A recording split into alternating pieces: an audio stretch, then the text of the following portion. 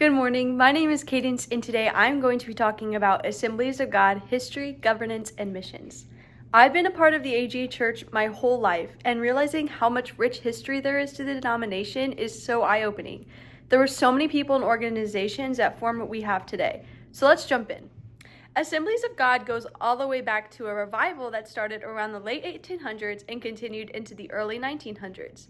This religious revival was defined by multiple accounts of speaking in tongues, supernatural healing, and other spiritual manifestations that gave birth to the Pentecostal movement. Here, there is a rough timeline of some of the major events of AG history. It starts with a prominent figure named Charles Parham, who linked speaking in tongues with the baptism of the Holy Spirit. Parham founded the first Pentecostal church, and he started and taught at a Bible school in Topeka, Kansas. At this school, students came to learn about the Bible as well as the baptism of the Spirit. At a prayer meeting in 1901, he decided that the baptism of the Spirit is evidenced by speaking in tongues. This belief is now part of AG's statement of fundamental truths, and we'll get more into that later. Back to the timeline. Next up is the Azusa Street Revival. This was a 3-year religious revival in Los Angeles in which William Seymour was a central figure. The Azusa Street Revival had so many lasting legacies. I'm going to talk about a few major ones just for the sake of time. We've already covered Seymour, the humble and soft-spoken pastor. The next takeaway from the revival is that every Pentecostal movement can trace its roots back to the revival, all the denominations, organizations, and so on. The Azusa Street movement also elevated women's ministries and showed unity between the races. Next up on our timeline is the First General Council of the Assemblies of God. There was a gathering in Hot Springs, Arkansas in 1914. The preacher who called the meeting was Eudorus N. Bell. Bell saw the need to form an assembly of believers. 300 Pentecostal pastors, leaders, and laymen came to Arkansas to talk about a doctrinal unity and other visions they all had. As a conclusion of this meeting, the General Council of the Assemblies of God was made. 2 years after this meeting, the Statement of Fundamental Truths was created and adopted by the General Council. This doctrine of the denomination remains nearly the same in the Assemblies of God today. Speaking of AG today, let's move on to the present. Discussing the past is important to know how we started, but looking at right now is also important to see how far we've come from 1914.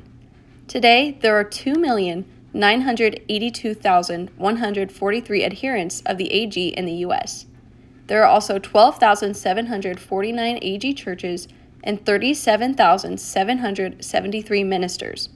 Around the world, there are 5,268 missionary personnel. Furthermore, every 54 seconds, a conversion takes place in the U.S. or somewhere around the world. The Assemblies of God have changed so much, and as encouraging as the statistics I just mentioned are, there are also a few challenges AG faces today. One of the greatest of them is disunity and exclusivism.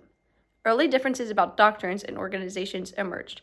Sometimes they're about race and social status, but often they are about minor things.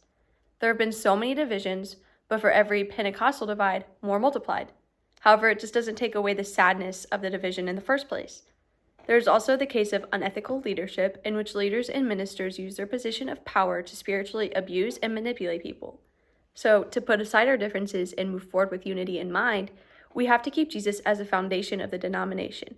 But not only that, he needs to be center in all of our individual lives as well. He can make broken things whole and divided things united. To ensure the future of the church, we need to be able to accept and adapt to the all-inevitable change.